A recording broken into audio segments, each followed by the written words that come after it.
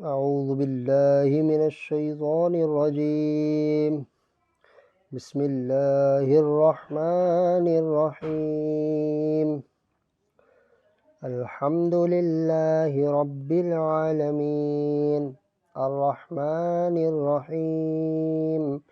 مالك يوم الدين إياك نعبد وإياك نستعين اهدنا الصراط المستقيم صراط الذين أنعمت عليهم غير المغضوب عليهم ولا الضالين. سورة البقرة مدنية. بسم الله الرحمن الرحيم. ألف لام ميم. ذلك الكتاب لا ريب فيه هدى للمتقين الذين يؤمنون بالغيب ويقيمون الصلاة ومما رزقناهم ينفقون والذين يؤمنون بما أنزل إليك وما أنزل من قبلك وبالآخرة هم يوقنون أولئك على هدى من ربهم وأولئك هم المفلحون. إن الذين كفروا سواء عليهم أأنذرتهم أم لم تنذرهم لا يؤمنون. ختم الله على قلوبهم وعلى سمعهم وعلى أبصارهم غشاوة ولهم عذاب عظيم. ومن الناس من يقول آمنا بالله وباليوم الآخر وما هم بمؤمنين يخادعون الله والذين آمنوا وما يخدعون إلا أنفسهم وما يشعرون. في قلوبهم مرض فزادهم الله مرضا ولهم عذاب أليم بما كانوا يكذبون. وإذا قيل لهم لا تفسدوا في الأرض قالوا إنما نحن مصلحون ألا إنهم هم المفسدون ولكن لا يشعرون.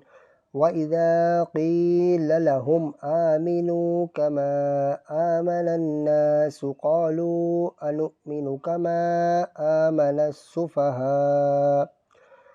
ألا إنهم هم السفهاء ولكن لا يعلمون. وإذا لقوا الذين آمنوا قالوا آمنا وإذا خلوا إلى شياطينهم قالوا إنا معكم إنما نحن مستهزئون الله يستهزئ بهم ويمدهم في طغيانهم يعمهون.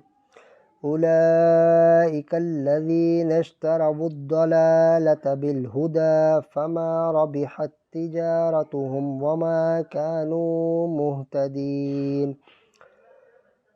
مثلهم كمثل الذي استوقد نارا فلما أضاءت ما حوله ذهب الله بنورهم وتركهم في ظلمات لا يبصرون. صم بكم عمي فهم لا يرجعون أو كصيب من السماء فيه ظلمات ورعد وبرق يجعلون أصابعهم في آذانهم من الصواعق حذر الموت والله محيط بالكافرين. يكاد البرق يخطف أبصارهم كلما أضاء لهم مشوا فيه وإذا أظلم عليهم قاموا ولو شاء الله لذهب بسمعهم وأبصارهم إن الله على كل شيء قدير يا أيها الناس اعبدوا ربكم الذي خلقكم والذين من قبلكم لعلكم تتقون الذي جعل لكم الأرض فراشا والسماء بناء وأنزل من السماء ماء فأخرج به من الثمرات رزقا لكم فلا تجعلوا لله أندادا وأنتم تعلمون وإن كنتم في ريب مما نزلنا على عبدنا فأتوا بسورة من مثله وادعوا شهداءكم من دون الله إن كنتم صادقين فإن لم تفعلوا ولن تفعلوا فاتقوا النار التي وقودها الناس والحجارة أعدت للكافرين وبشر الذين آمنوا وعملوا الصالحات أن لهم جنات تجري من تحتها الأنهار كلما رزقوا منها من ثمرة رزقا قالوا هذا الذي رزقنا من قبل وأتوا به متشابها ولهم فيها أزواج مطهرة وهم فيها خالدون إن الله لا يستحيي أن يضرب مثلا ما بعوضة فما فوقها فأما الذين آمنوا فيعلمون أنه الحق من ربهم وأما الذين كفروا فيقولون ماذا أراد الله بهذا مثلا يضل به كثيرا ويهدي به كثيرا وما يضل به إلا الفاسقين الذين ينقضون عهد الله من بعد ميثاقه ويقطعون ما أمر الله به أن يوصل ويفسدون في الأرض أولئك هم الخاسرون كيف تكفرون بالله وكنتم أمواتا فأحياكم ثم يميتكم ثم يحييكم ثم إليه ترجعون هو الذي خلق لكم ما في الأرض جميعا ثم استوى إلى السماء فسواهن 7 سماوات وهو بكل شيء عليم وإذ قال ربك للملائكة إني جاعل في الأرض خليفة قالوا أتجعل فيها من يفسد فيها ويسفك الدماء ونحن نسبح بحمدك ونقدس لك قال إني أعلم ما لا تعلمون وعلم آدم الأسماء كلها ثم عرضهم على الملائكة فقال أنبئوني بأسماء هؤلاء إن كنتم صادقين قالوا سبحانك لا علم لنا إلا ما علمتنا إنك أنت العليم الحكيم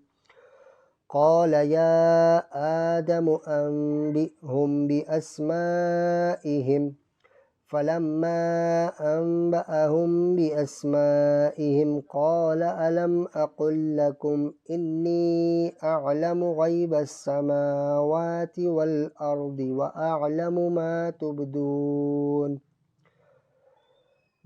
تبدون وما كنتم تكتمون وإذ قلنا للملائكة اسجدوا لآدم فسجدوا إلا إبليس أبى واستكبر وكان من الكافرين وقلنا يا آدم اسكن أنت وزوجك الجنة وكلا منها رغدا حيث شئتما ولا تقربا هذه الشجرة فتكونا من الظالمين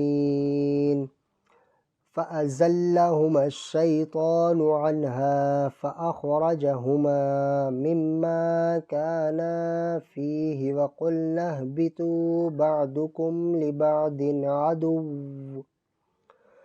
ولكم في الأرض مستقر ومتاع إلى حين فتلقى آدم من ربه كلمات فتاب عليه إنه هو التواب الرحيم قلنا اهبطوا منها جميعا فإما يأتينكم مني هدى فمن تبع هداي فلا خوف عليهم ولا هم يحزنون والذين كفروا وكذبوا بآياتنا أولئك أصحاب النار هم فيها خالدون يا بني إسرائيل اذكروا نعمتي التي أنعمت عليكم وأوفوا بعهدي أوف بعهدكم وإياي فارهبون وآمنوا بما أنزلت مصدقا لما معكم ولا تكونوا أول كافر به ولا تشتروا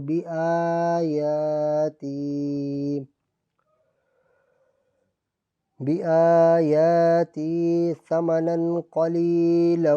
وإياي فاتقون ولا تلبسوا الحق بالباطل وتكتموا الحق وأنتم تعلمون وأقيموا الصلاة وآتوا الزكاة واركعوا مع الراكعين أتأمرون الناس بالبر وتنسون أنفسكم وأنتم تتلون الكتاب أفلا تعقلون واستعينوا بالصبر والصلاة وإنها لكبيرة إلا على الخاشعين الذين يظنون أنهم ملاقو ربهم وأنهم إليه راجعون يا بني إسرائيل اذكروا نعمتي التي أنعمت عليكم وأني فضلتكم على العالمين واتقوا يوما لا تجزي نفس عن نفس شيئا ولا يقبل منها شفاعة ولا يؤخذ منها عدل ولا هم ينصرون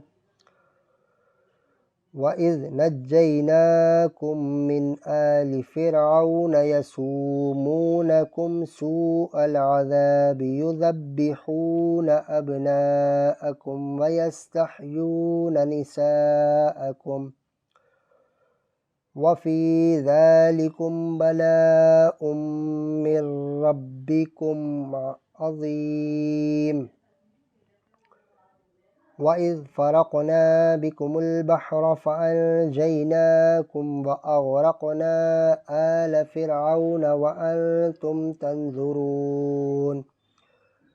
وإذ واعدنا موسى 40 ليلة ثم اتخذتم العجل من بعده وأنتم ظالمون ثم عفونا عنكم من بعد ذلك لعلكم تشكرون وإذ آتينا موسى الكتاب والفرقان لعلكم تهتدون وإذ قال موسى لقومه يا قوم إنكم ظلمتم أنفسكم باتخاذكم العجل فتوبوا إلى بارئكم فاقتلوا أنفسكم ذلكم خير لكم عند بارئكم فتاب عليكم إنه هو التواب الرحيم وإذ قلتم يا موسى لن نؤمن لك حتى نرى الله جهرة فأخذتكم الصاعقة وأنتم تنظرون ثم بعثناكم من بعد موتكم لعلكم تشكرون وظللنا عليكم الغمام وأنزلنا عليكم المن والسلوى كلوا من طيبات ما رزقناكم وما ظلمونا ولكن كانوا أنفسهم يظلمون وإذ قلنا ادخلوا هذه القرية فكلوا منها حيث شئتم رغدا وادخلوا الباب سجدا وقولوا حطة نغفر لكم خطاياكم وسنزيد المحسنين فبدل الذين ظلموا قولا غير الذي قيل لهم فأنزلنا على الذين ظلموا رجزا من السماء بما كانوا يفسقون وإذ استسقى موسى لقومه فقلنا اضرب بعصاك الحجر فانفجرت منه 12 عينا قد علم كل أناس مشربهم كلوا واشربوا من رزق الله ولا تعثوا في الأرض مفسدين وإذ قلتم يا موسى لن نصبر على طعام واحد فادع لنا ربك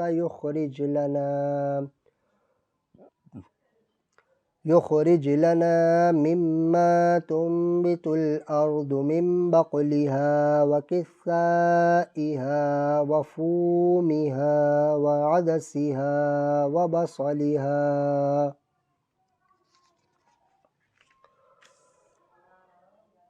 قال أتستبدلون الذي هو أدنى بالذي هو خير اهبطوا مصرا فإن لكم ما سألتم وضربت عليهم الذلة والمسكنة وباءوا بغضب من الله ذلك بأنهم كانوا يكفرون بآيات الله ويقتلون النبيين بغير الحق ذلك بما عصوا وكانوا يعتدون إن الذين آمنوا والذين هادوا والنصارى والصابئين من آمن بالله واليوم الآخر وعمل صالحا فلهم أجرهم عند ربهم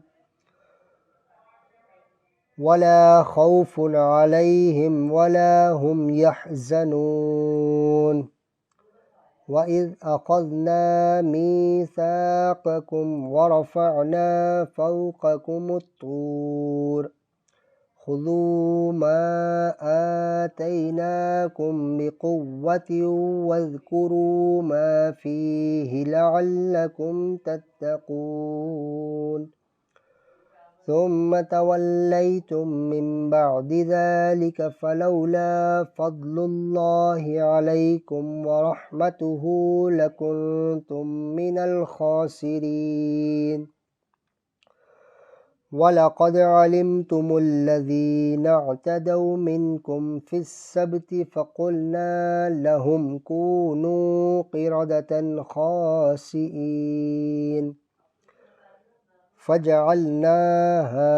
نكالا لما بين يديها وما خلفها وموعظة للمتقين وإذ قال موسى لقومه إن الله يأمركم أن تذبحوا بقرة قالوا أتتخذنا هزوا قال أعوذ بالله أن أكون من الجاهلين قالوا ادع لنا ربك يبين لنا ما هي قال إنه يقول إنها بكرة لا فارض ولا بكر عوان بين ذلك فافعلوا ما تؤمرون قالوا ادع لنا ربك يبين لنا ما لونها قال إنه يقول إنها بقرة صفراء فاقع لونها تسر الناظرين قالوا ادع لنا ربك يبين لنا ما هي إن البقرة شابه علينا وإنا إن شاء الله لمهتدون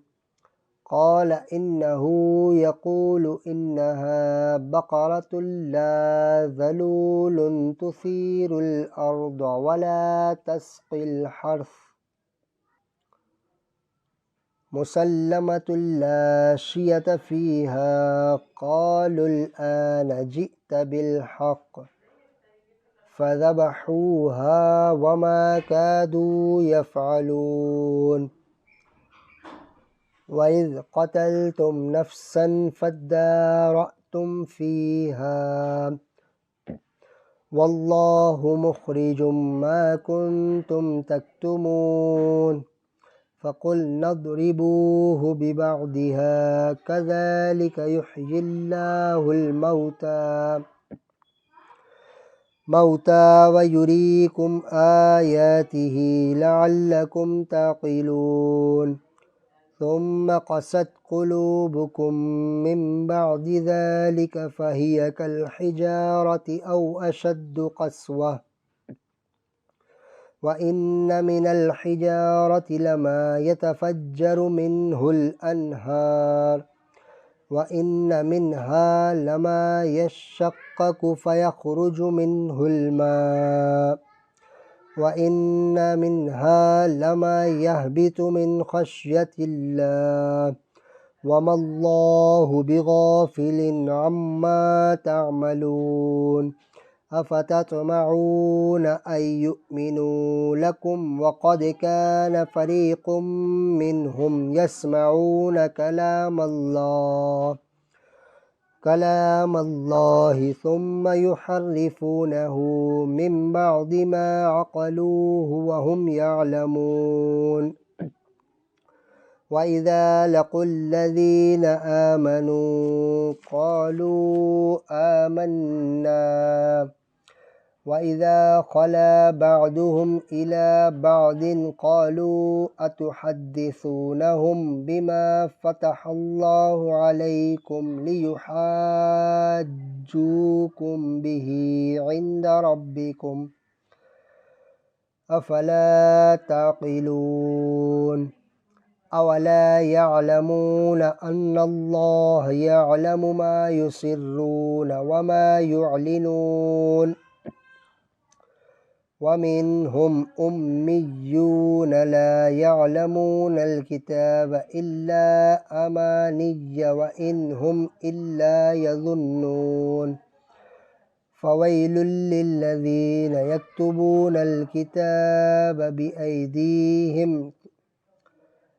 بأيديهم ثم يقولون هذا من عند الله ليشتروا به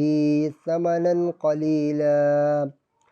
فويل لهم مما كتبت أيديهم وويل لهم مما يكسبون وقالوا لن تمسنا النار إلا أياما معدودة قل أتخذتم عند الله عهدا فلن يخلف الله عهده أم تقولون على الله ما لا تعلمون بلى من كسب سيئة وأحاطت به خطيئته فأولئك أصحاب النار هم فيها خالدون والذين آمنوا وعملوا الصالحات أولئك أصحاب الجنة هم فيها خالدون وإذ أخذنا ميثاق بني إسرائيل لا تعبدون إلا الله وبالوالدين إحسانا وذي القربى واليتامى والمساكين وقولوا للناس حسنا وأقيموا الصلاة وآتوا الزكاة ثم توليتم إلا قليلا منكم وأنتم معرضون وإذ أخذنا ميثاقكم لا تسفكون دماءكم ولا تخرجون أنفسكم من دياركم ثم أقررتم وأنتم تشهدون ثم أنتم هؤلاء تقتلون أنفسكم وتخرجون فريقا منكم من ديارهم تظاهرون عليهم بالإثم والعدوان وإن يأتوكم أسارى تفادوهم وهو محرم عليكم إخراجهم أفتؤمنون ببعض الكتاب وتكفرون ببعض فما جزاء من يفعل ذلك منكم إلا خزي في الحياة الدنيا ويوم القيامة يردون إلى أشد العذاب وما الله بغافل عما تعملون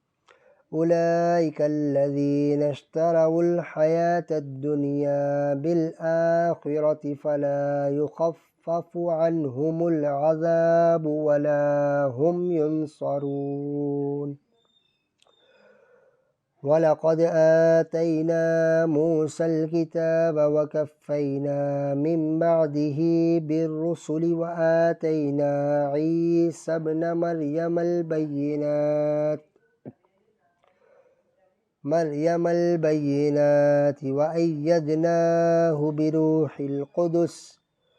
أفكلما جاءكم رسول بما لا تهوى أنفسكم استكبرتم ففريقا كذبتم وفريقا تقتلون وقالوا قلوبنا غلف بل لعنهم الله بكفرهم فقليلا ما يؤمنون ولما جاءهم كتاب من عند الله مصدق لما معهم وكانوا من قبل يستفتحون على الذين كفروا فلما جاءهم ما عرفوا كفروا به فلعنة الله على الكافرين بئس ما اشتروا به أنفسهم أن يكفروا بما أنزل الله بغيا أن ينزل الله من فضله على من يشاء من عباده فباءوا بغضب على غضب وللكافرين عذاب مهين وإذا قيل لهم آمنوا بما أنزل الله قالوا نؤمن بما أنزل علينا ويكفرون بما وراءه وهو الحق مصدقا لما معهم قل فلم تقتلون أنبياء الله من قبل إن كنتم مؤمنين ولقد جاءكم موسى بالبينات ثم اتخذتم العجل من بعده وأنتم ظالمون وإذ أخذنا ميثاقكم ورفعنا فوقكم الطور خذوا ما آتيناكم بقوة واسمعوا قالوا سمعنا وعصينا وأشربوا في قلوبهم العجل بكفرهم قل بئس ما يأمركم به إيمانكم إن كنتم مؤمنين قل إن كانت لكم الدار الآخرة عند الله خالصة من دون الناس فتمنوا الموت إن كنتم صادقين ولن يتمنوه أبدا بما قدمت أيديهم والله عليم بالظالمين ولتجدنهم أحرص الناس على حياة ومن الذين أشركوا يود أحدهم لو يعمر 1000 سنة وما هو بمزحزحه من العذاب أن يعمر والله بصير بما يعملون قل من كان عدوا لجبريل فإنه نزله على قلبك بإذن الله مصدقا لما بين يديه وهدى وبشرى للمؤمنين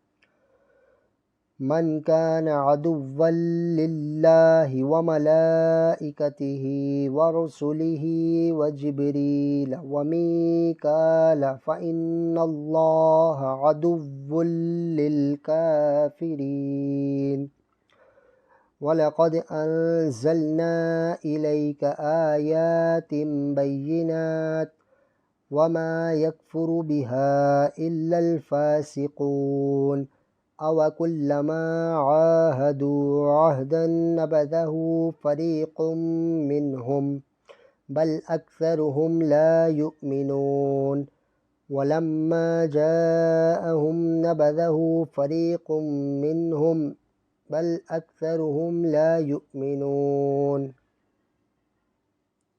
ولما جاءهم رسول من عند الله مصدق لما معهم نبذ فريق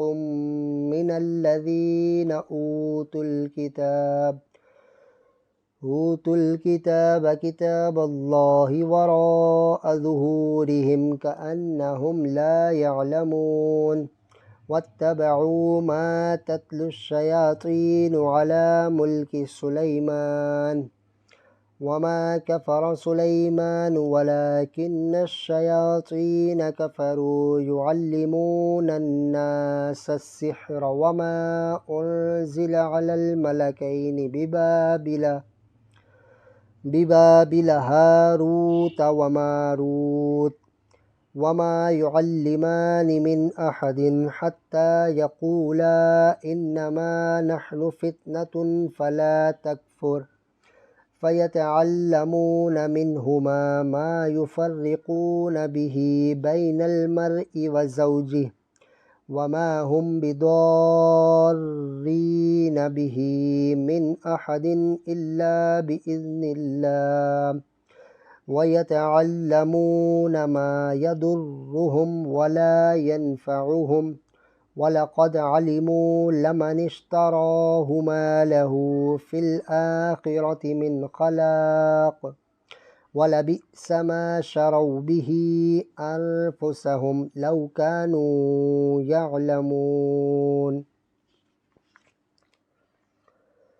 ولو أنهم آمنوا واتقوا لمثوبة من عند الله خير لو كانوا يعلمون يا أيها الذين آمنوا لا تقولوا راعنا وقولوا انظرنا واسمعوا وللكافرين عذاب أليم ما يود الذين كفروا من أهل الكتاب ولا المشركين أن ينزل عليكم من خير من ربكم والله يختص برحمته من يشاء والله ذو الفضل العظيم ما ننسخ من آية أو ننسها نأتي بخير منها أو مثلها ألم تعلم أن الله على كل شيء قدير ألم تعلم أن الله له ملك السماوات والأرض وما لكم من دون الله من ولي ولا نصير أم تريدون أن تسألوا رسولكم كما سئل موسى من قبل ومن يتبدل الكفر بالإيمان فقد ضل سواء السبيل ود كثير من أهل الكتاب لو يردونكم من بعد إيمانكم كفارا حسدا من عند أنفسهم من بعد ما تبين لهم الحق فاعفوا واصفحوا حتى يأتي الله بأمره إن الله على كل شيء قدير وأقيموا الصلاة وآتوا الزكاة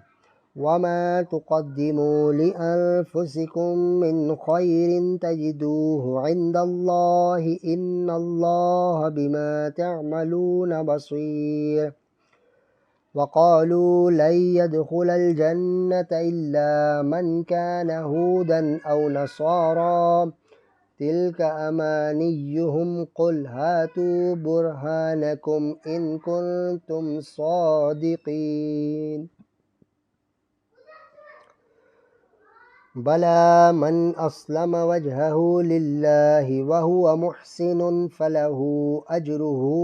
عند ربه ولا خوف عليهم ولا هم يحزنون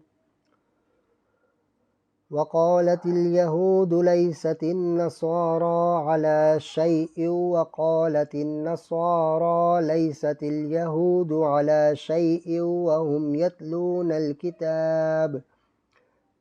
كذلك قال الذين لا يعلمون مثل قولهم فالله يحكم بينهم يوم القيامة فيما كانوا فيه يختلفون ومن أظلم ممن منع مساجد الله أن يذكر فيها اسمه وسعى في خرابها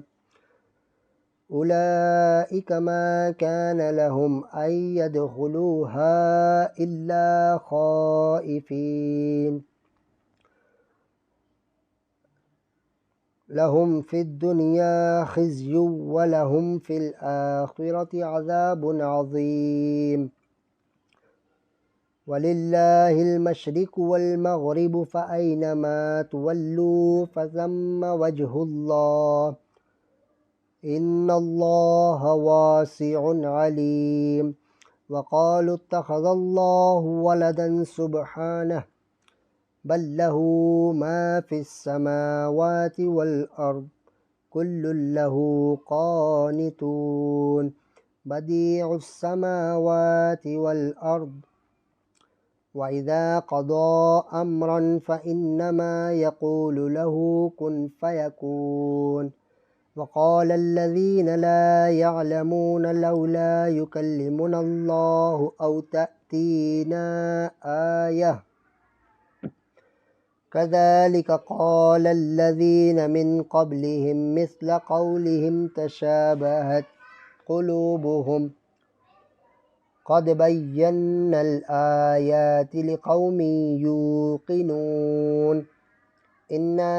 أرسلناك بالحق بشيرا ونذيرا ولا تسأل عن أصحاب الجحيم ولن ترضى عنك اليهود ولا النصارى حتى تتبع ملتهم قل إن هدى الله هو الهدى ولئن اتبعت أهواءهم بعد الذي جاءك من العلم ما لك من الله من ولي ولا نصير الذين آتيناهم الكتاب يتلونه حق تلاوته أولئك يؤمنون به ومن يكفر به فأولئك هم الخاسرون يا بني إسرائيل اذكروا نعمتي التي أنعمت عليكم وأني فضلتكم على العالمين واتقوا يوما لا تجزي نفس عن نفس شيئا ولا يقبل منها عدل ولا تنفعها شفاعة وهم ينصرون وإذ ابتلى إبراهيم ربه بكلمات فأتمهن قال إني جاعلك للناس إماما قال ومن ذريتي قال لا ينال عهد الظالمين وإذ جعلنا البيت مثابة للناس وأمنا واتخذوا من مقام إبراهيم مصلى وعهدنا إلى إبراهيم وإسماعيل أن طهرا بيتي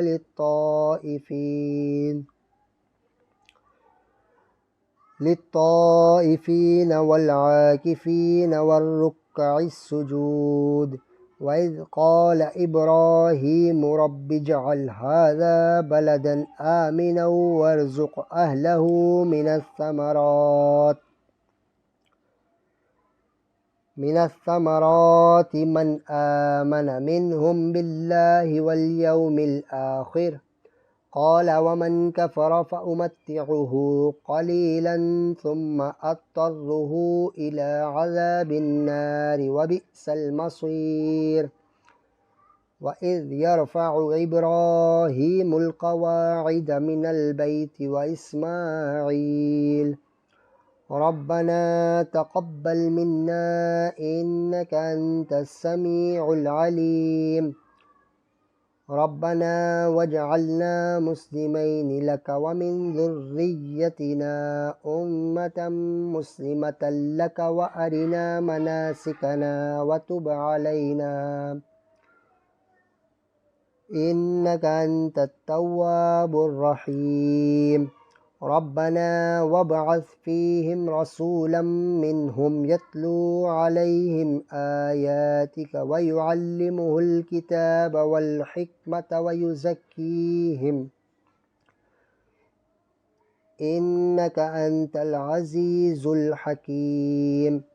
ومن يرغب عن ملة إبراهيم إلا من سفه نفسه ولقد اصطفيناه في الدنيا وإنه في الآخرة لمن الصالحين إذ قال له ربه أسلم قال أسلمت لرب العالمين ووصى بها إبراهيم بنيه ويعقوب يا بني إن الله اصطفى لكم الدين فلا تموتن إلا وأنتم مسلمون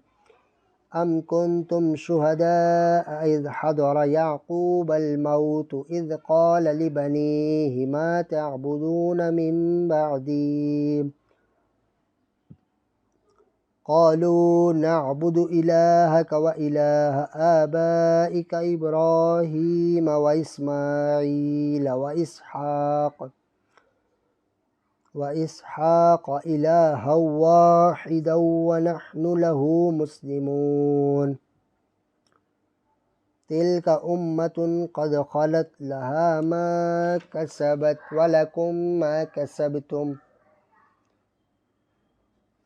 ولا تسألون عما كانوا يعملون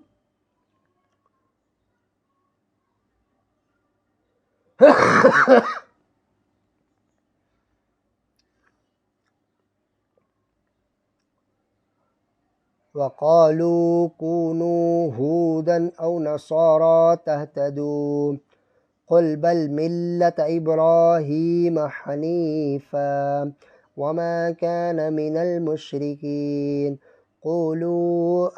آمنا بالله وما أنزل إلينا وما أنزل إلى إبراهيم وإسماعيل وإسحاق ويعقوب والأسباط وما أوتي موسى وعيسى وما أوتي النبيون من ربهم لا نفرق بين أحد منهم ونحن له مسلمون فإن آمنوا بمثل ما آمنتم به فقد اهتدوا وإن تولوا فإنما هم في شقاق فسيكفيكهم الله وهو السميع العليم صبغة الله ومن أحسن من الله صبغة ونحن له عابدون قل أتحاجوننا في الله وهو ربنا وربكم ولنا أعمالنا ولكم أعمالكم ونحن له مخلصون أم تقولون إن إبراهيم وإسماعيل وإسحاق ويعقوب والأسباط كانوا هودا أو نصارى قل أأنتم أعلم أم الله ومن أظلم ممن كتم شهادة عنده من الله وما الله بغافل عما تعملون تلك أمة قد خلت لها ما كسبت ولكم ما كسبتم ولا تسألون عما كانوا يعملون سيقول السفهاء من الناس ما ولاهم عن قبلتهم التي كانوا عليها قل لله المشرق والمغرب يهدي من يشاء إلى صراط مستقيم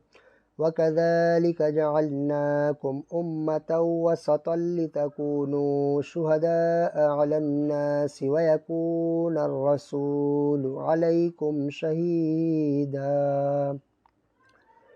وما جعلنا القبلة التي كنت عليها إلا لنعلم من يتبع الرسول ممن ينقلب على عقبيه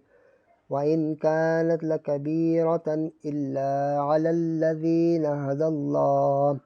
وما كان الله ليضيع إيمانكم إن الله بالناس لرءوف رحيم قد نرى تقلب وجهك في السماء فلنولينك قبلة ترضاها فول وجهك شطر المسجد الحرام وحيث ما كنتم فولوا وجوهكم شطره وإن الذين أوتوا الكتاب ليعلمون أنه الحق من ربهم وما الله بغافل عما يعملون ولئن أتيت الذين أوتوا الكتاب بكل آية ما تبعوا قبلتك وما أنت بتابع قبلتهم وما بعدهم بتابع قبلة بعض ولئن اتبعت أهواءهم من بعد ما جاءك من العلم إنك إذا لمن الظالمين الذين آتيناهم الكتاب يعرفونه كما يعرفون أبناءهم وإن فريقا منهم ليكتمون الحق وهم يعلمون الحق من ربك فلا تكونن من الممترين ولكل وجهة هو موليها فاستبقوا الخيرات أينما تكونوا يأتي بكم الله جميعا إن الله على كل شيء قدير ومن حيث خرجت فول وجهك شطر المسجد الحرام وإنه للحق من ربك وما الله بغافل عما تعملون ومن حيث خرجت فول وجهك شطر المسجد الحرام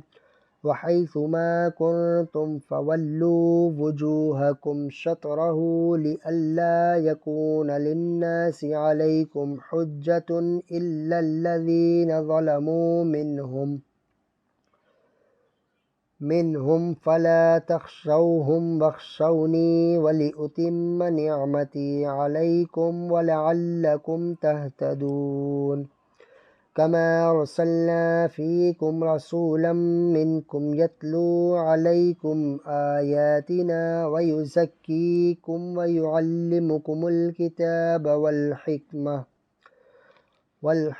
ويعلمكم ما لم تكونوا تعلمون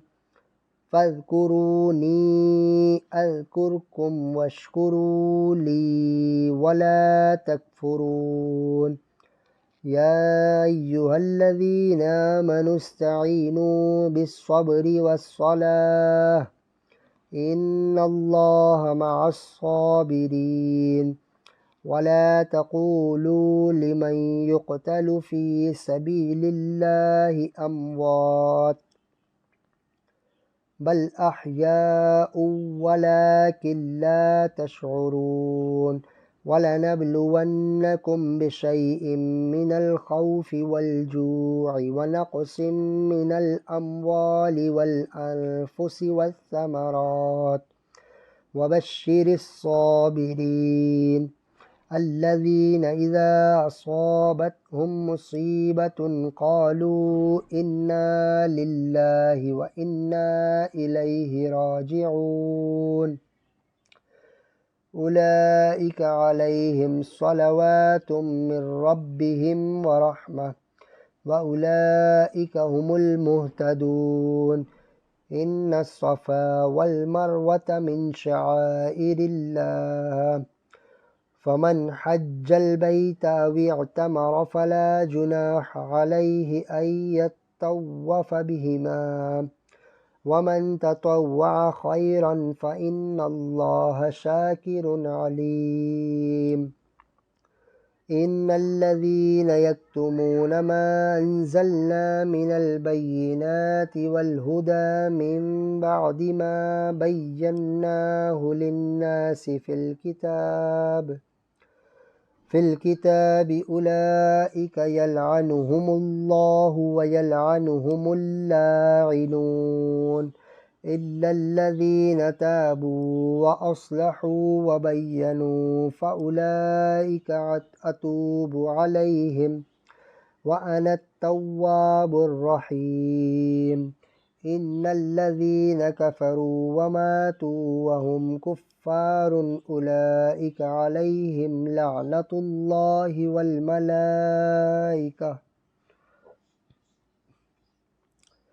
والملائكة والناس أجمعين خالدين فيها لا يخفف عنهم العذاب ولا هم ينظرون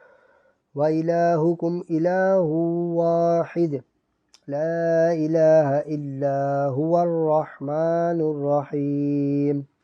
إن في خلق السماوات والأرض واختلاف الليل والنهار والفلك التي تجري في البحر بما ينفع الناس وما أنزل الله من السماء من ماء فأحيا به الأرض بعد موتها وبث فيها من كل دابة وتصريف الرياح والسحاب المسخر بين السماء والأرض لآيات لقوم يعقلون ومن الناس من يتخذ من دون الله أندادا يحبونهم كحب الله والذين آمنوا أشد حبا لله ولو يرى الذين ظلموا إذ يرون العذاب أن القوة لله جميعا وأن الله شديد العذاب إذ تبرأ الذين اتبعوا من الذين اتبعوا ورأوا العذاب وتقطعت بهم الأسباب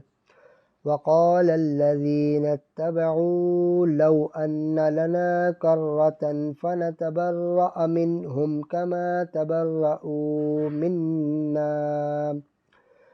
كذلك يريهم الله أعمالهم حسرات عليهم وما هم بخارجين من النار يا أيها الناس كلوا مما في الأرض حلالا طيبا ولا تتبعوا خطوات الشيطان إنه لكم عدو مبين إنما يأمركم بالسوء والفحشاء وأن تقولوا على الله ما لا تعلمون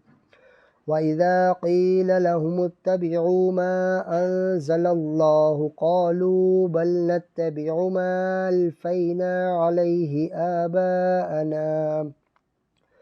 أولو كان آباؤهم لا يعقلون شيئا ولا يهتدون ومثل الذين كفروا كمثل الذي ينعق بما لا يسمع إلا دعاء ونداء صم بكم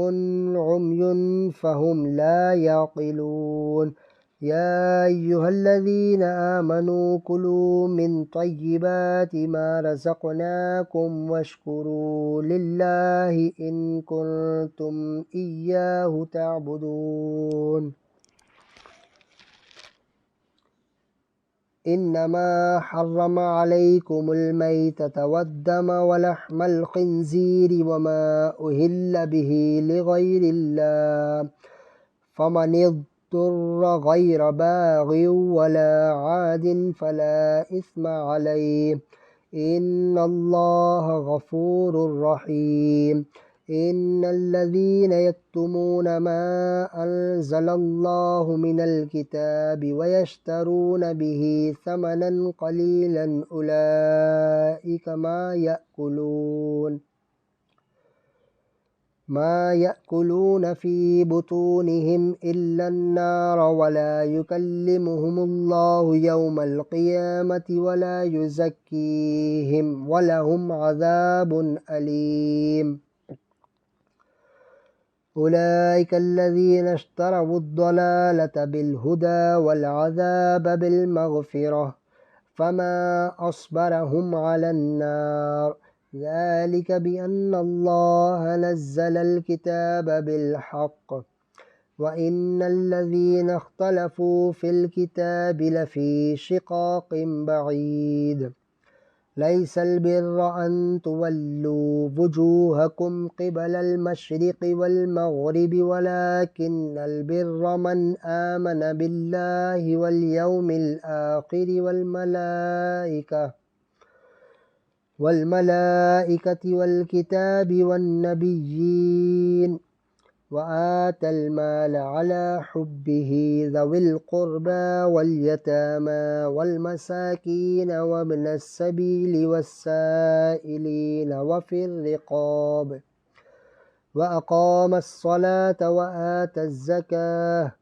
والموفون بعهدهم إذا عاهدوا والصابرين في البأساء والضراء وحين البأس أولئك الذين صدقوا وأولئك هم المتقون يا أيها الذين آمنوا كتب عليكم القصاص في القتلى الحر بالحر والعبد بالعبد والأنثى بالأنثى فمن عفي له من أخيه شيء فاتباع بالمعروف وأداء إليه بإحسان ذلك تخفيف من ربكم ورحمة فمن اعتدى بعد ذلك فله عذاب أليم ولكم في القصاص حياة يا أولي الألباب لعلكم تتقون كتب عليكم إذا حضر أحدكم الموت إن ترك خيرا الوصية للوالدين والأقربين بالمعروف حقا على المتقين فمن بدله بعدما سمعه فإنما إثمه على الذين يبدلونه إن الله سميع عليم فمن خاف من موص جنفا أو إثما فأصلح بينهم فلا إثم عليه إن الله غفور رحيم يا أيها الذين آمنوا كتب عليكم الصيام كما كتب على الذين من قبلكم لعلكم تتقون أياما معدودات فمن كان منكم مريضا أو على سفر فعدة من أيام أخر وعلى الذين يطيقونه فدية طعام مسكين فمن تطوع خيرا فهو خير له وأن تصوموا خير لكم إن كنتم تعلمون شهر رمضان الذي أنزل فيه القرآن هدى للناس وبينات من الهدى والفرقان فمن شهد منكم الشهر فليصمه ومن كان مريضا أو على سفر فعدة من أيام أخر يريد الله بكم اليسر ولا يريد بكم العسر ولتكملوا العدة ولتكبروا الله على ما هداكم ولعلكم تشكرون وإذا سألك عبادي عني فإني قريب أجيب دعوة الداع إذا دعاني فليستجيبوا لي وليؤمنوا بي لعلهم يرشدون أحل لكم ليلة الصيام الرفث إلى نسائكم هن لباس لكم وأنتم لباس لهن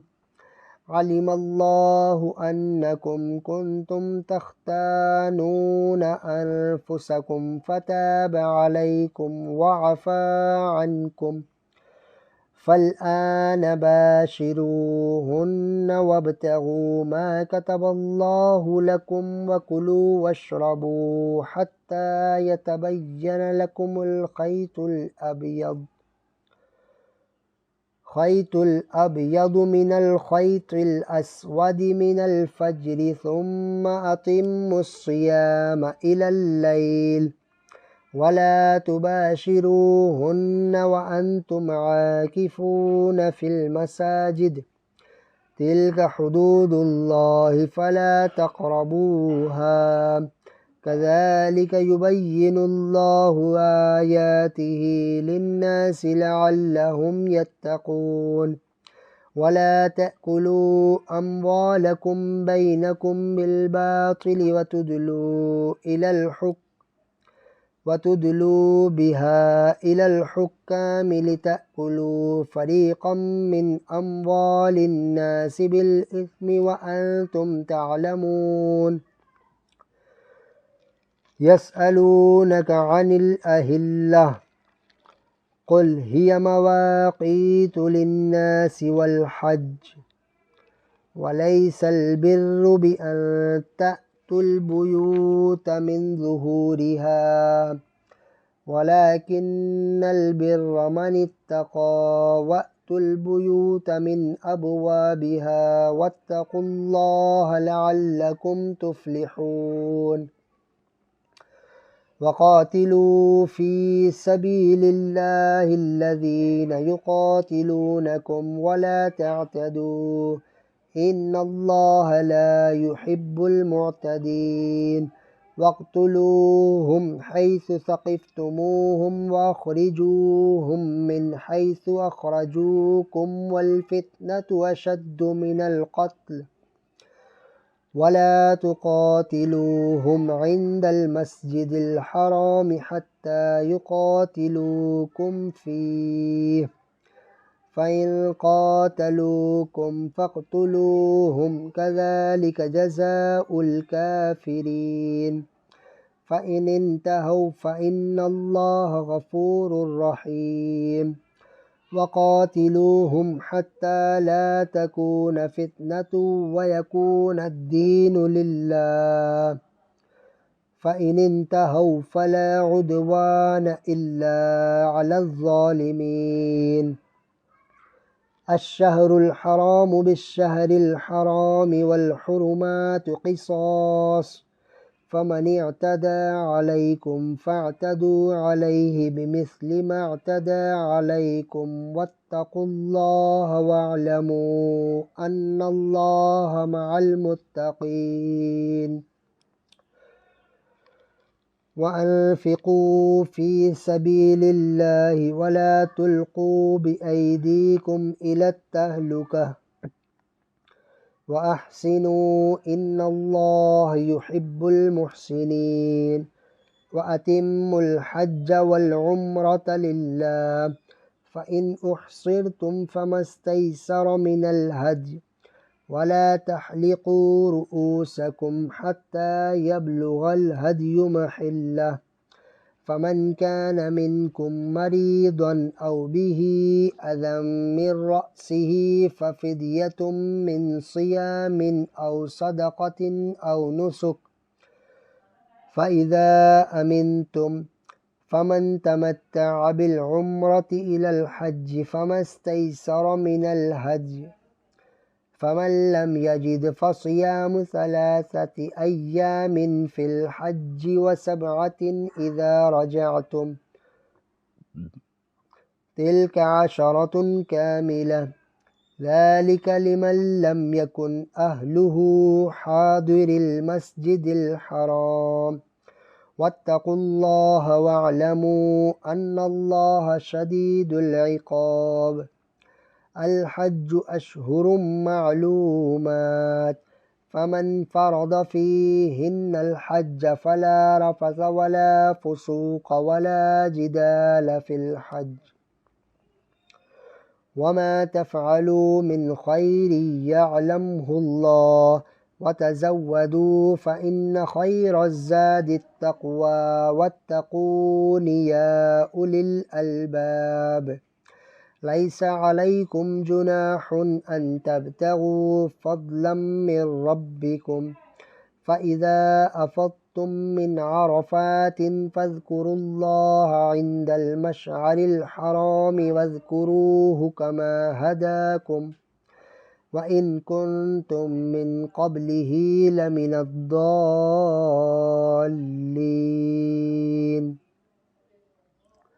ثم أفيدوا من حيث أفاض الناس واستغفروا الله إن الله غفور رحيم فإذا قضيتم مناسككم فاذكروا الله كذكركم آباءكم أو أشد ذكرا فمن الناس من يقول ربنا آتنا في الدنيا وما له في الآخرة من خلاق ومنهم من يقول ربنا آتنا في الدنيا حسنة وفي الآخرة حسنة وقنا عذاب النار أولئك لهم نصيب مما كسبوا والله سريع الحساب واذكروا الله في أيام معدودات فمن تعجل في يومين فلا إثم عليه ومن تأخر فلا إثم عليه لمن اتقى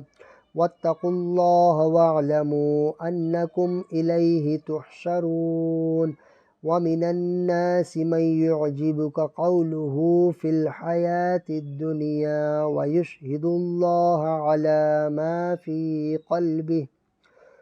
قلبه وهو ألد الخصام وإذا تولى سعى في الأرض ليفسد فيها ويهلك الحرث والنسل والله لا يحب الفساد وإذا قيل له اتق الله أخذته العزة بالإثم فحسبه جهنم ولبئس المهاد ومن الناس من يشري نفسه ابتغاء مرضات الله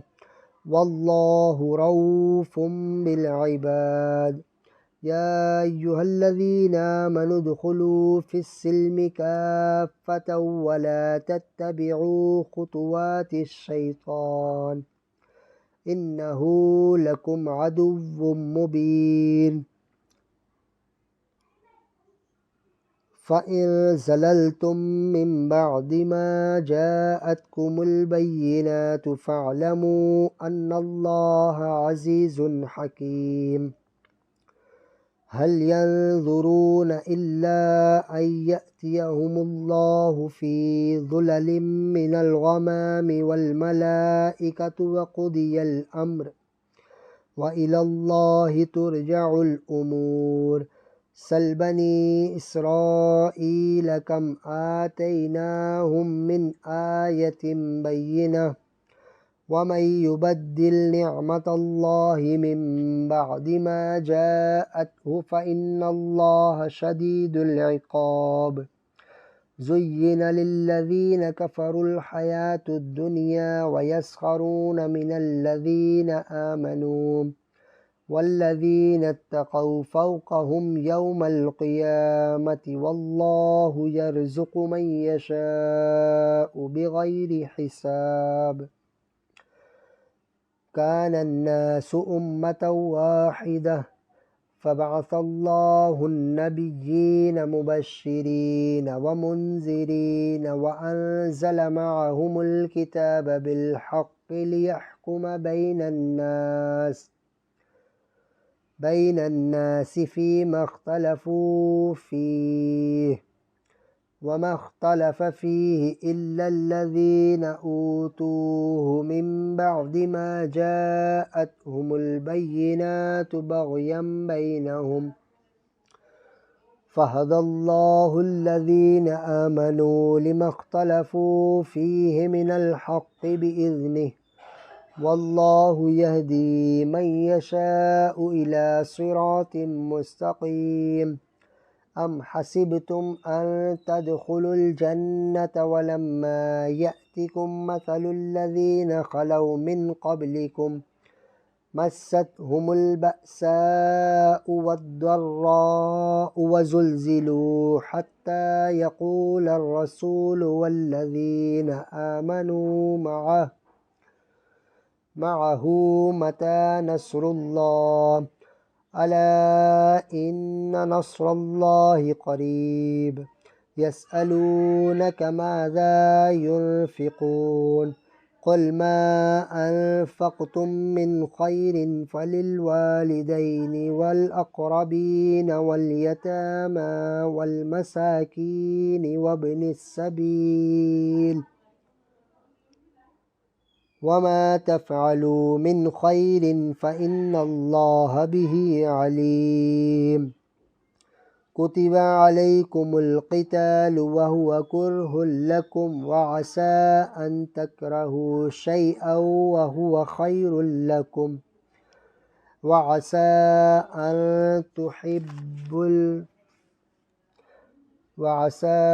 أن تحبوا شيئا وهو شر لكم والله يعلم وأنتم لا تعلمون. يسألونك عن الشهر الحرام قتال فيه قل قتال فيه كبير وصد عن سبيل الله وكفر به والمسجد الحرام وإخراج أهله منه أكبر عند الله والفتنة أكبر من القتل ولا يزالون يقاتلونكم حتى يردوكم عن دينكم إن استطاعوا ومن يرتدد منكم عن دينه فيمت وهو كافر فأولئك حبطت أعمالهم في الدنيا والآخرة وأولئك أصحاب النار هم فيها خالدون. إن الذين آمنوا والذين هاجروا وجاهدوا في سبيل الله أولئك يرجون رحمة الله والله غفور رحيم. يسألونك عن الخمر والميسر قل فيهما إثم كبير ومنافع للناس وإثمهما أكبر من نفعهما ويسألونك ماذا ينفقون قل العفو كذلك يبين الله لكم الآيات لعلكم تتفكرون في الدنيا والآخرة ويسألونك عن اليتامى قل إصلاح لهم خير وإن تخالطوهم فإخوانكم والله يعلم المفسد من المصلح ولو شاء الله لأعنتكم إن الله عزيز حكيم ولا تنكحوا المشركات حتى يؤمن ولأمة مؤمنة خير من مشركة ولو أعجبتكم ولا تنكحوا المشركين حتى يؤمنوا ولعبد مؤمن خير من مشرك ولو أعجبكم أولئك يدعون إلى النار والله يدعو إلى الجنة والمغفرة بإذنه ويبين آياته للناس لعلهم يتذكرون ويسألونك عن المحيض قل هو أذى فاعتزلوا النساء في المحيض ولا تقربوهن حتى يطهرن فإذا تطهرن فأتوهن من حيث أمركم الله إن الله يحب التوابين ويحب المتطهرين نساؤكم حرث لكم فأتوا حرثكم أنى شئتم وقدموا لأنفسكم واتقوا الله واعلموا أنكم ملاقوه وبشر المؤمنين ولا تجعلوا الله عرضة لأيمانكم أن تبروا وتتقوا وتصلحوا بين الناس والله سميع عليم لو يؤاخذكم الله باللغو في أيمانكم ولكن يؤاخذكم بما كسبتم قلوبكم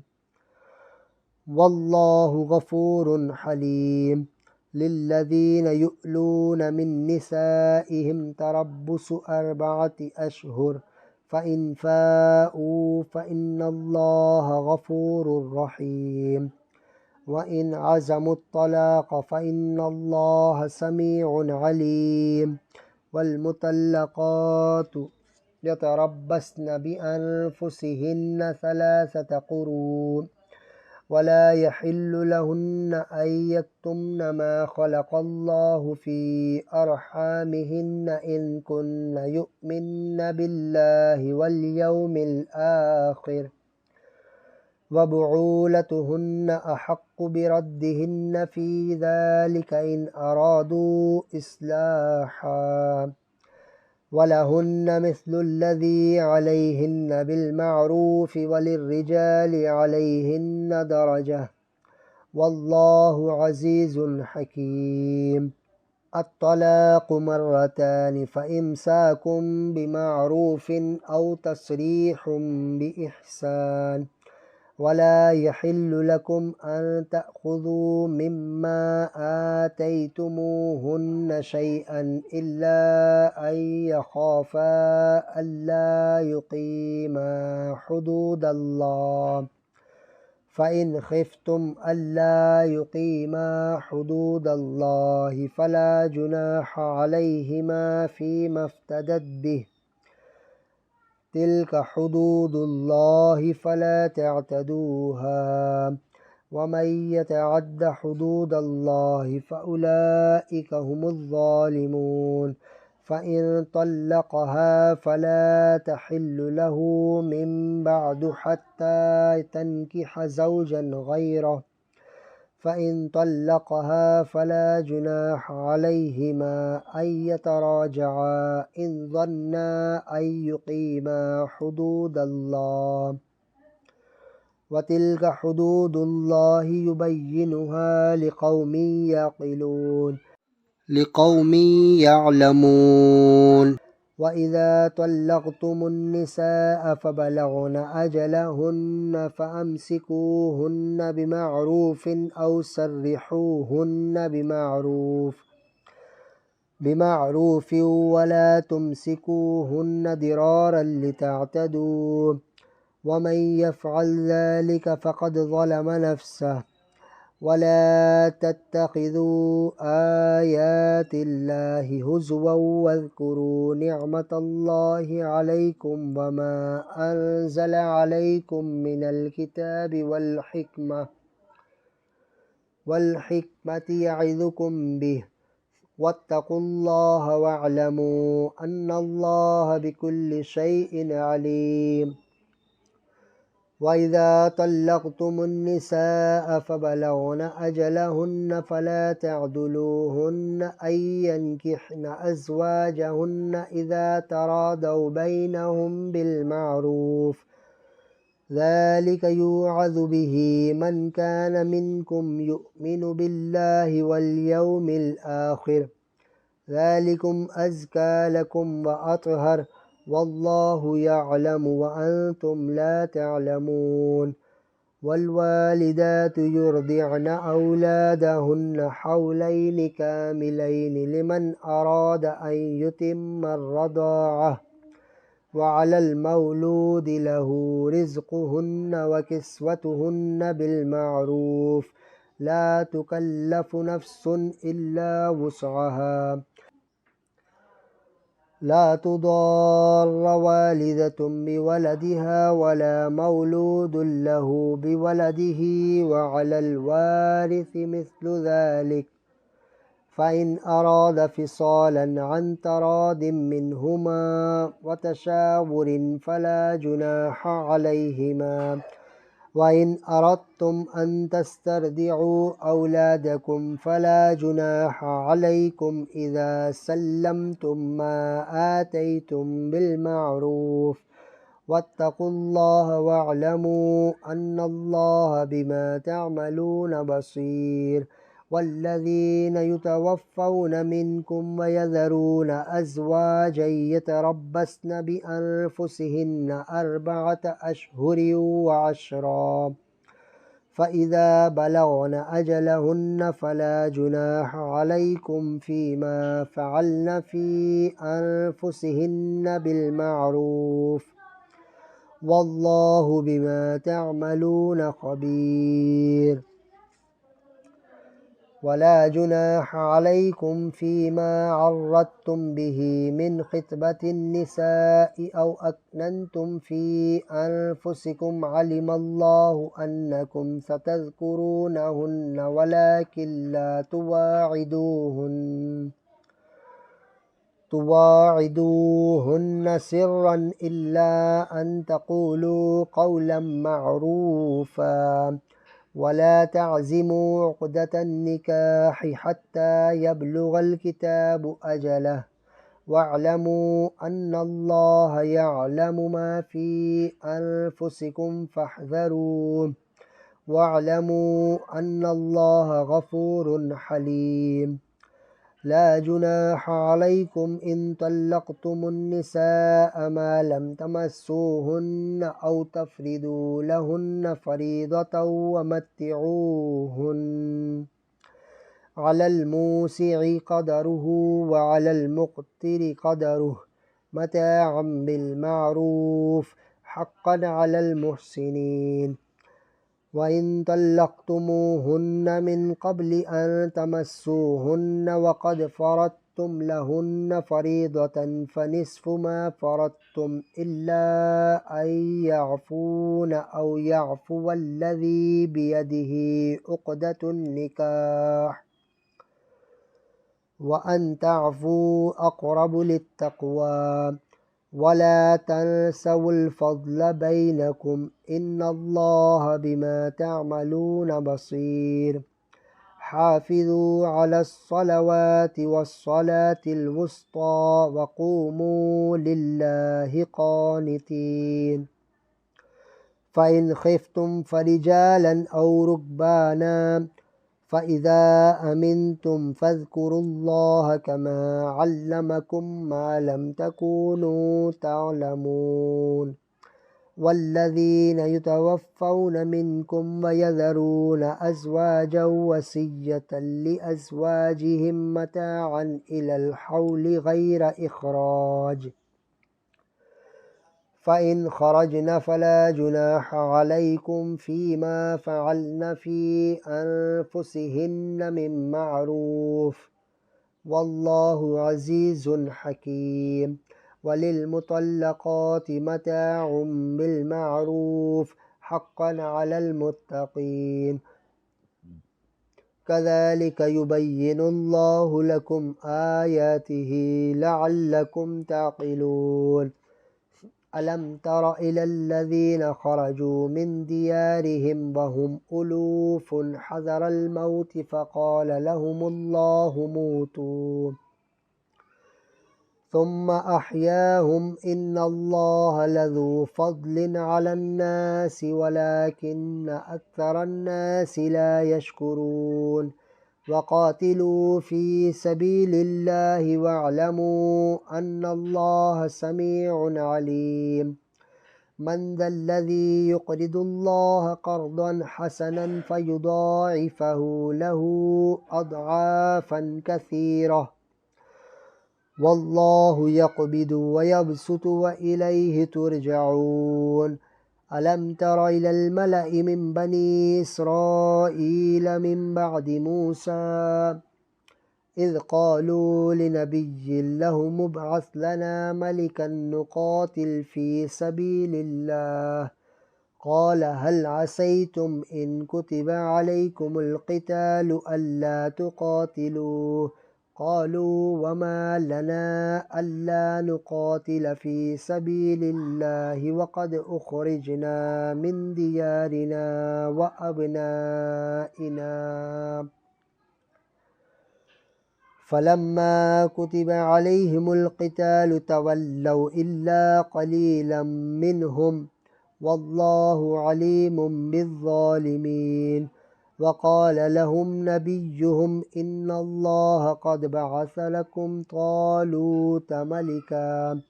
قالوا أنى يكون له الملك علينا ونحن أحق بالملك منه ولم يؤت سعة من المال قال إن الله اصطفاه عليكم وزاده بسطة في العلم والجسم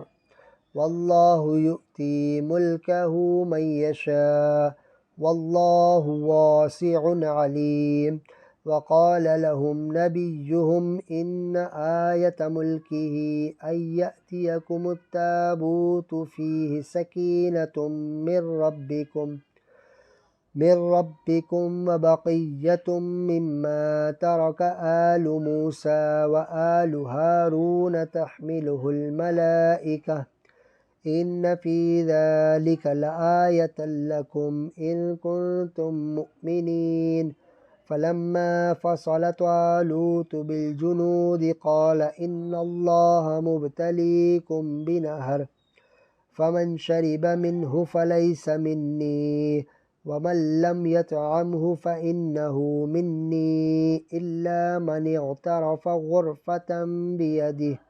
فشربوا منه إلا قليلا منهم فلما جاوزه هو والذين آمنوا معه قالوا لا طاقة لنا اليوم بجالوت وجنوده قال الذين يظنون أنهم ملاقو الله كم من فئة قليلة غلبت فئة كثيرة بإذن الله والله مع الصابرين ولما برزوا لجالوت وجنوده قالوا ربنا أفرغ علينا صبرا وثبت أقدامنا وانصرنا على القوم الكافرين فهزموهم بإذن الله وقتل داود جالوت وآتاه الله الملك والحكمة وعلمه مما يشاء ولولا دفع الله الناس بعضهم ببعض لفسدت الأرض ولكن الله ذو فضل على العالمين تلك آيات الله نتلوها عليك بالحق وإنك لمن المرسلين تلك الرسل فضلنا بعضهم على بعض منهم من كلم الله ورفع بعضهم درجات وآتينا عيسى ابن مريم البينات وأيدناه بروح القدس ولو شاء الله ما اقتتل الذين من بعدهم من بعد ما جاءتهم البينات ولكن اختلفوا فمنهم من آمن ومنهم من كفر ولو شاء الله ما اقتتلوا ولكن الله يفعل ما يريد يا أيها الذين آمنوا أنفقوا مما رزقناكم من قبل أن يأتي يوم لا بيع فيه ولا خلة ولا شفاعة والكافرون هم الظالمون الله لا إله إلا هو الحي القيوم لا تأخذه سنة ولا نوم له ما في السماوات وما في الأرض من ذا الذي يشفع عنده إلا بإذنه يعلم ما بين أيديهم وما خلفهم ولا يحيطون بشيء من علمه إلا بما شاء وسع كرسيه السماوات والأرض ولا يؤوده حفظهما وهو العلي العظيم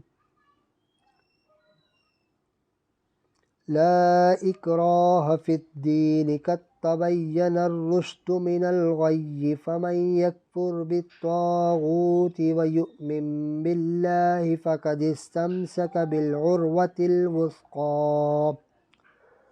لا انفصام لها والله سميع عليم الله ولي الذين آمنوا يخرجهم من الظلمات إلى النور والذين كفروا أولياؤهم الطاغوت يخرجونهم من النور إلى الظلمات أولئك أصحاب النار هم فيها خالدون ألم تر إلى الذي حاج إبراهيم في ربه أن آتاه الله الملك إذ قال إبراهيم ربي الذي يحيي ويميت قال أنا أحيي وأميت قال إبراهيم فإن الله يأتي بالشمس من المشرق فأت بها من المغرب فبهت الذي كفر والله لا يهدي القوم الظالمين أو كالذي مر على قرية وهي خاوية على عروشها قال أنى يحيي هذه الله بعد موتها فأماته الله 100 عام ثم بعثه قال كم لبثت قال لبثت يوما أو بعض يوم قال بل لبثت 100 عام فانظر إلى طعامك وشرابك لم يتسنه وانظر إلى حمارك ولنجعلك آية للناس وانظر إلى العظام كيف ننشزها ثم نكسوها لحما فلما تبين له قال أعلم أن الله على كل شيء قدير وإذ قال إبراهيم رب أرني كيف تحيي الموتى قال أولم تؤمن قال بلى ولكن ليطمئن قلبي قال فخذ أربعة من الطير فصرهن إليك ثم اجعل على كل جبل منهن جزءا ثم ادعهن يأتينك سعيا واعلم أن الله عزيز حكيم مثل الذين ينفقون أموالهم في سبيل الله كمثل حبة أنبتت 7 سنابل في كل سنبلة 100 حبة والله يضاعف لمن يشاء والله واسع عليم الذين ينفقون أموالهم في سبيل الله ثم لا يتبعون ما أنفقوا منا ولا أذى لهم أجرهم عند ربهم ولا خوف عليهم ولا هم يحزنون قول معروف ومغفرة خير من صدقة يتبعها أذى والله غني حليم يا أيها الذين آمنوا لا تبطلوا صدقاتكم بالمن والأذى كالذي ينفق ماله رئاء الناس ولا يؤمن بالله واليوم الآخر فمثله كمثل صفوان عليه تراب فأصابه وابل فتركه صلدا لا يقدرون على شيء مما كسبوا والله لا يهدي القوم الكافرين ومثل الذين ينفقون أموالهم ابتغاء مرضات الله وتثبيتا من أنفسهم كمثل جنة بربوة أصابها وابل فآتت أكلها ضعفين فإن لم يصبها وابل فطل والله بما تعملون بصير أيود أحدكم أن تكون له جنة من نخيل وأعناب تجري من تحتها الأنهار له فيها من كل الثمرات وأصابه الكبر وله ذرية ضعفاء فأصابها إعصار فيه نار فاحترقت كذلك يبين الله لكم الآيات لعلكم تتفكرون يا أيها الذين آمنوا أنفقوا من طيبات ما كسبتم ومما أخرجنا لكم من الأرض ولا تيمموا الخبيث منه تنفقون ولستم بآخذيه إلا أن تغمدوا فيه واعلموا أن الله غني حميد الشيطان يعدكم الفقر ويأمركم بالفحشاء والله يعدكم مغفرة منه وفضلا والله واسع عليم يؤتي الحكمة من يشاء ومن يؤت الحكمة فقد أوتي خيرا كثيرا وما يذكر إلا أولو الألباب وما أنفقتم من نفقة أو نذرتم من نذر فإن الله يعلمه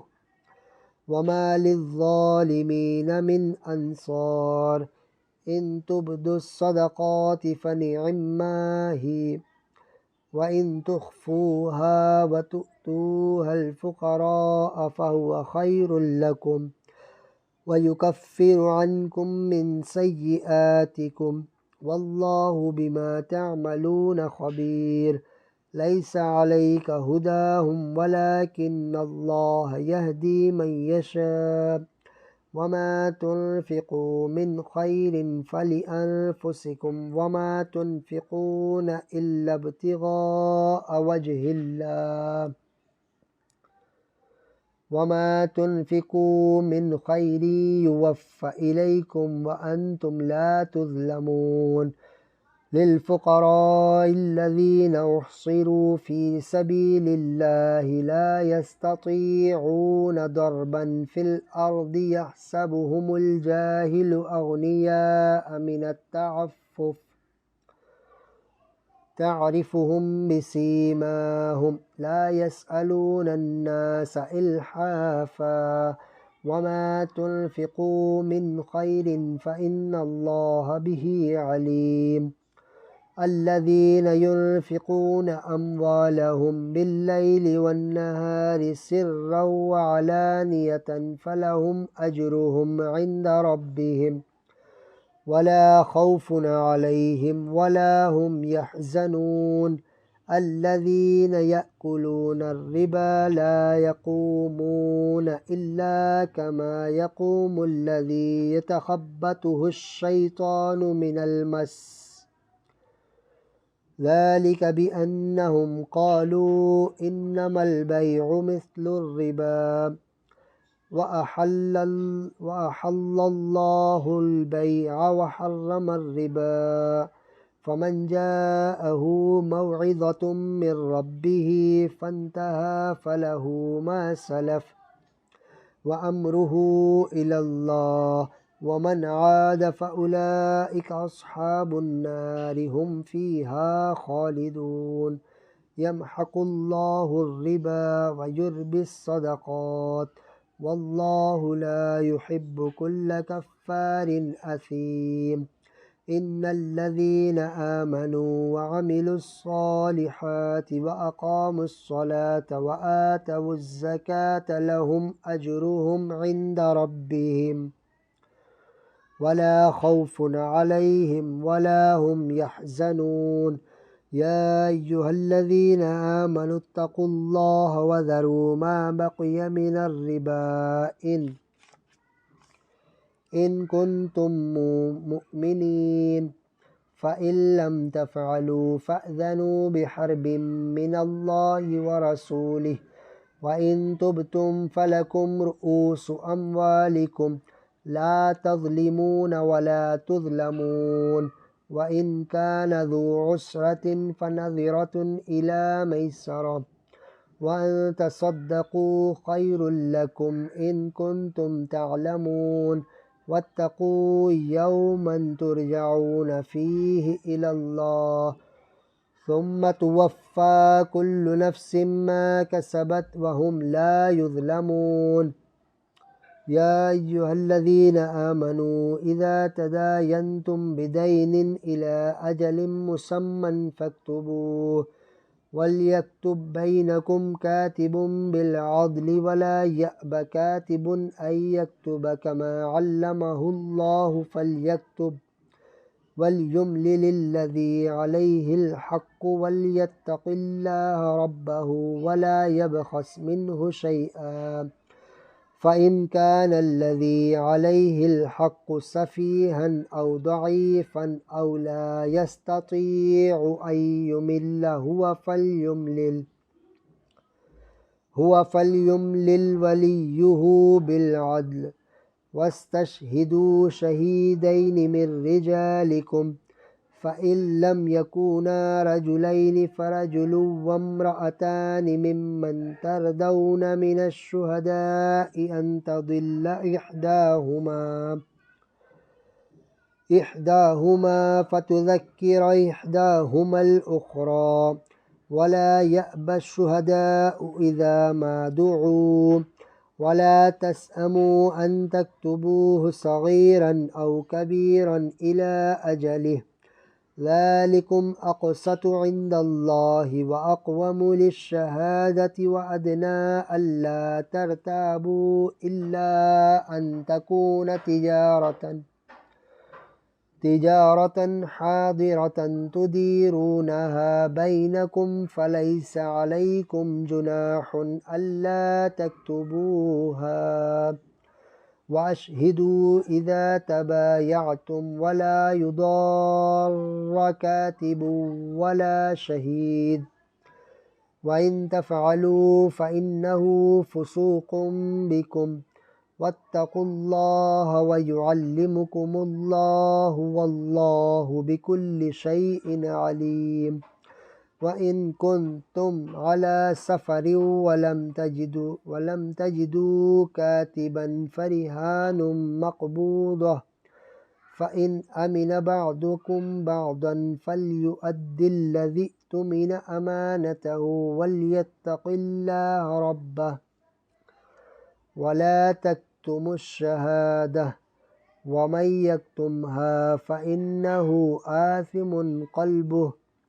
والله بما تعملون عليم لله ما في السماوات وما في الأرض وإن تبدوا ما في أنفسكم أو تخفوه يحاسبكم به الله فيغفر لمن يشاء ويعذب من يشاء والله على كل شيء قدير آمن الرسول بما أنزل إليه من ربه والمؤمنون كل